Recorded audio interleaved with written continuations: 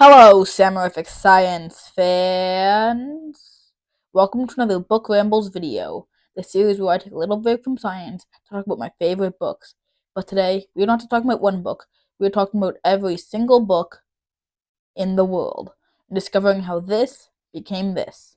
Sam-ariffic science fans, today we're gonna unfold the world of the history of books.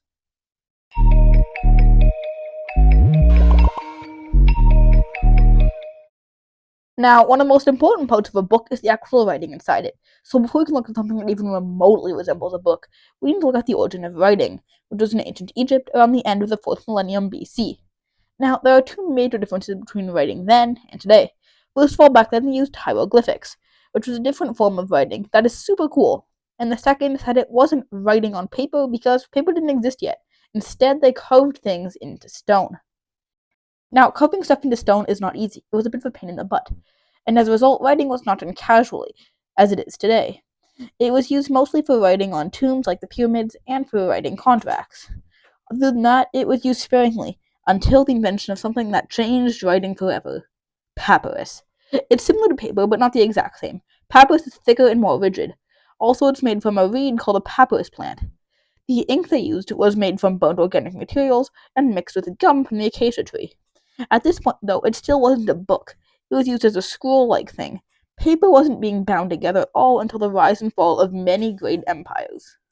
In the 2nd century BC, the ancient Greeks began to process animal skin to create parchment, a durable writing material made from the skin of goats and calves. At this point, however, the things were still not books, they were scrolls.